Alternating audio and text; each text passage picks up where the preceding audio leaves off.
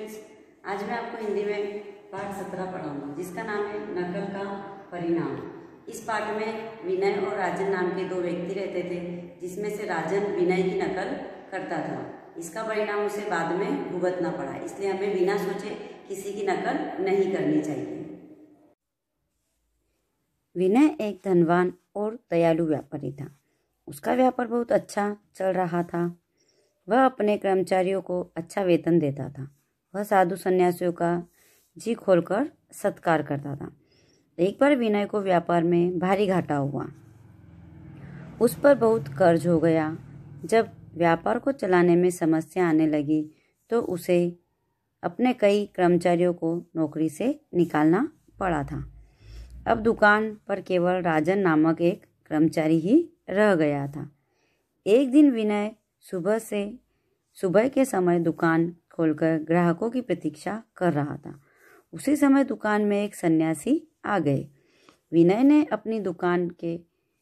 ने अपनी आदत के अनुसार सन्यासी का उचित आदर सत्कार किया।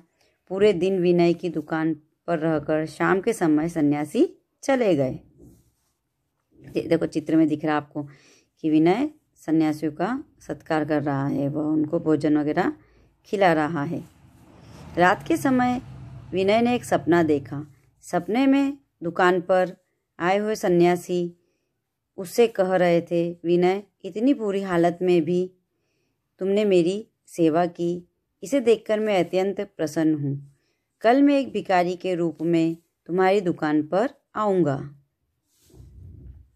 तुम अपनी दुकान में रखे किसी डंडे को मेरे सिर का स्पर्श करवा देना। डंडे के स्पर्श होते ही मैं एक स्वर्ण प्रतिमा में बदल जाऊंगा। तुम उस प्रतिमा को बेचकर अपने कर्ज को चुका सकते हो। यह कहकर सन्यासी अंतर्ध्यान हो गए। विनय की आंख खुली तो उसे लगा कि यह एक सपना ही है। सुबह होने पर विनय तैयार हुआ और दुकान पर चला गया। वहाँ वह दुकान के कार्यों में व्यस्त हो गया। लगभग 12 बजे आवाज आई, बच्चा, क्या कुछ खाने को मिलेगा?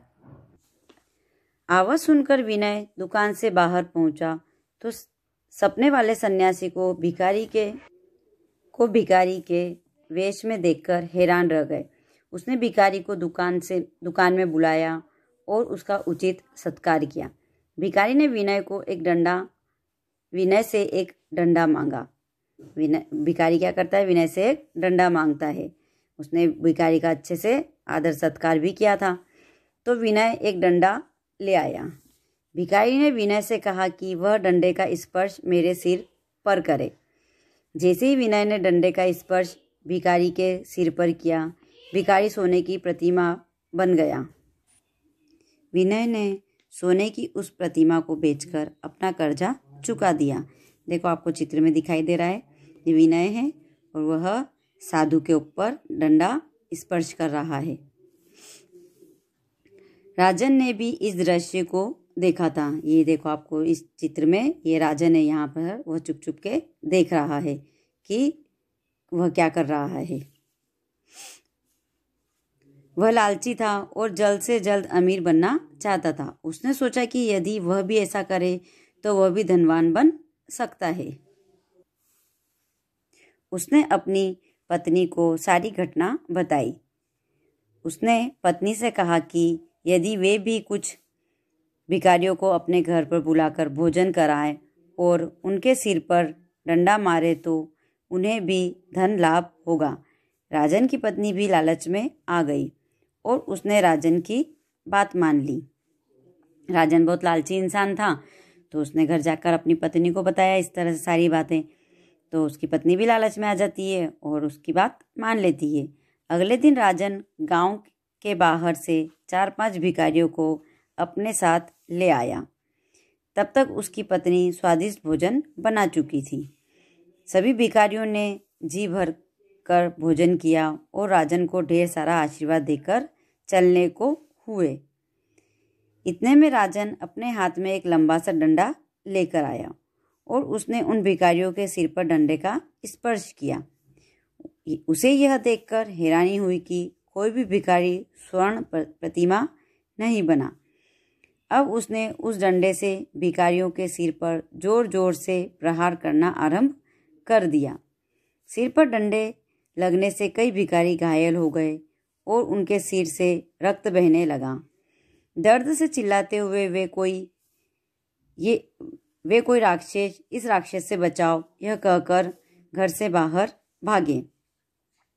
ये देखो आपको चित्र में दिख रहा है, राजन भिखारियों की डंडे से पिटाई कर रहा था। जब वह स्पर्श करता है उनके सिर पर डंडा रखकर, वह सोने के नहीं बनते हैं, तो फिर जोर जोर से उनको भिखारियों को मारने लगता है कि वह सोने के क्यों नहीं बने हैं, क्योंकि वह लालची था। राजन के पड़ोसियों ने भिखारियों को लहूलुहान अवस्था में भागते हुए देखा। जब उनके खून निकल गए थे तो वो वहाँ से भाग रहे थे, तो पड़ोसी सब उनको देखते हैं कि यह किस तरह से खून में भरे हुए हैं। वास्तविकता जानने पर राजन के पड़ोसी क्रोधित हो उठे। जब उन्होंने पड़ोसियों को सारी बात सच पता पड़ी तो वह भी क्रोधित हो गए। उन्होंने पहले राजन की पिटाई की और फिर सारे पड़ोसियों ने मिलकर राजन की पिटाई की और बाद में उसे पुलिस को सौंप दिया। इस प्रकार राजन को बिना सोचे समझे अपने मालिक की नकल करने का फल मिल गया था। जो ये राजन था, यह विनय की दुकान में काम करता था। तो उसने जब मालिक को देखा कि मालिक किस तरह से डंडे के स्पर्श से साधु की प्रतिमा सोने की बन गई थी, तो उसने भी यह सब करने का सोचा। लेकिन वह तो लालची था, तो हमें लालच नहीं करना चाहिए और कभी भी बिना सोचे समझे किसी की भी नकल नहीं करना चाहिए। तो वह तो बहुत अच्छा इंसान था विनय तो, लेकिन राजन अच्छा इंसान नहीं था। तो हमें किसी की नकल नहीं करनी चाहिए। इस कहानी से यह सब ध्यान रखेंगे। तो ये पाठ मैंने आपको पढ़ा दिया है, समझा भी दिया है। तो अब आप इसे अच्छे से पढ़ेंगे और सुनेंगे भी इस वीडियो को ध्यान से। Okay, bye.